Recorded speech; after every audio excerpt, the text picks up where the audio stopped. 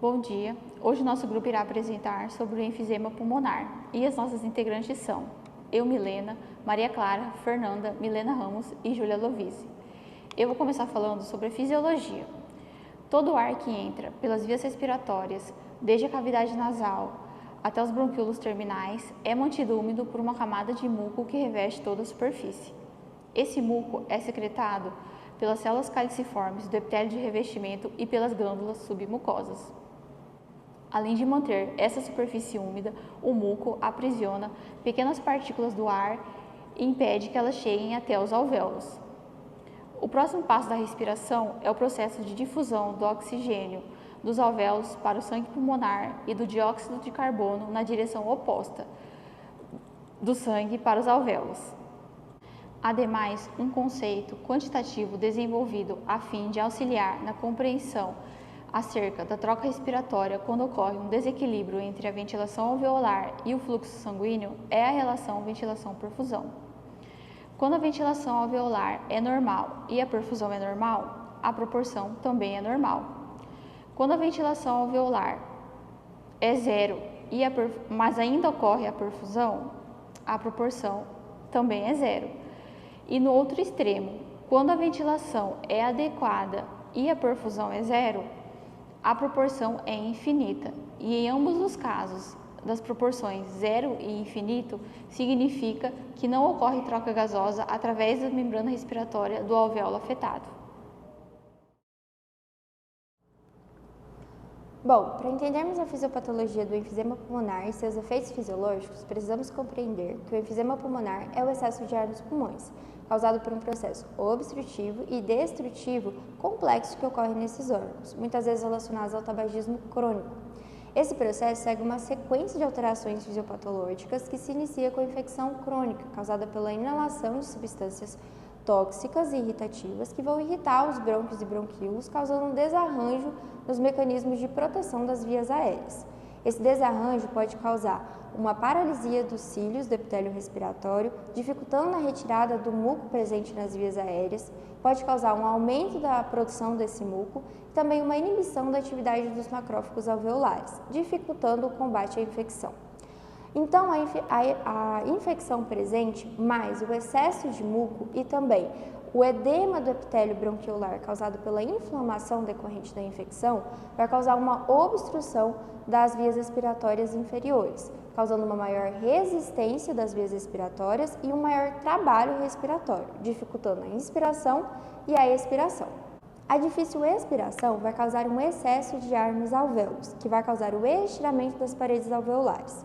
Esse estiramento, junto com o processo de infecção e inflamação, vai causar destruição de 50% a 80% das paredes alveolares. Essa destruição vai causar uma menor taxa de difusão alveolar, consequentemente, uma menor oxigenação e menor retirada de CO2 do sangue. Além disso, vai causar uma menor quantidade de capilares pulmonares, visto que normalmente eles estão presentes nas paredes alveolares. Essa menor quantidade de capilares pulmonares vai aumentar a resistência vascular pulmonar, causando uma hipertensão pulmonar. Essa hipertensão pulmonar vai causar uma sobrecarga no coração direito, que pode levar a uma insuficiência cardíaca direita. Bom, o processo de obstrução, destruição das paredes alveolares e também a menor quantidade de capilares pulmonares vai levar a uma alteração nas relações ventilação-perfusão, que podem estar diminuídas, ocorrendo uma má oxigenação, ou podem estar aumentadas, causando uma ventilação desperdiçada. Bom, o enfisema pulmonar geralmente se desenvolve ao longo dos anos, gerando sintomas como a tosse, o tórax intonel, a dispneia, a hipóxia, a hipercapnia, que é o aumento de CO2 sanguíneo, também pode acontecer o chiado e uma expiração forçada e prolongada. Todos esses sintomas, quando juntos e não tratados, podem levar à morte. Eu vou falar sobre os tipos de enfisema pulmonar. O primeiro tipo é o centrolobular ou centroacinar, que, como o próprio nome já diz, acomete a região central do ácino juntamente com o bronquíolo respiratório. Esse tipo de enfisema está associado ao hábito de fumar ou à bronquite crônica e suas lesões possuem grande quantidade de pigmento antracótico. Ele acomete principalmente os lobos superiores dos pulmões. Já o segundo tipo é o panlobular ou pan-acinar, no qual todo o ácino está aumentado, o que dificulta a distinção entre ductos alveolares e os alvéolos. Ele está associado à deficiência da alfa-1 antitripsina e suas lesões mais graves acontecem nas bases dos pulmões. O terceiro tipo é o paraseptal ou acinar distal, no qual a região distal do ácino está acometida. Ele é mais comum na região superior do pulmão e surge em áreas adjacentes à fibrose, cicatrizes ou atelectasia.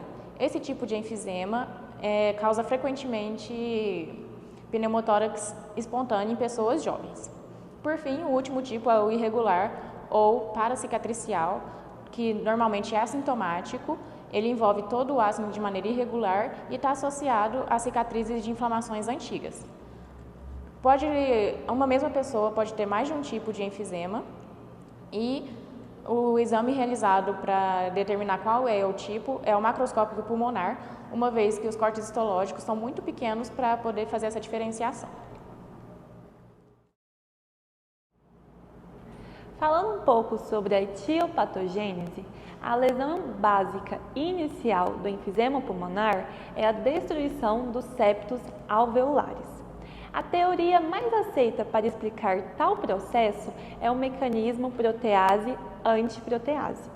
Segundo essa teoria, o enfisema pulmonar ocorre devido a um desbalanço entre proteases e antiproteases, com predomínio das proteases, levando a uma lesão pulmonar.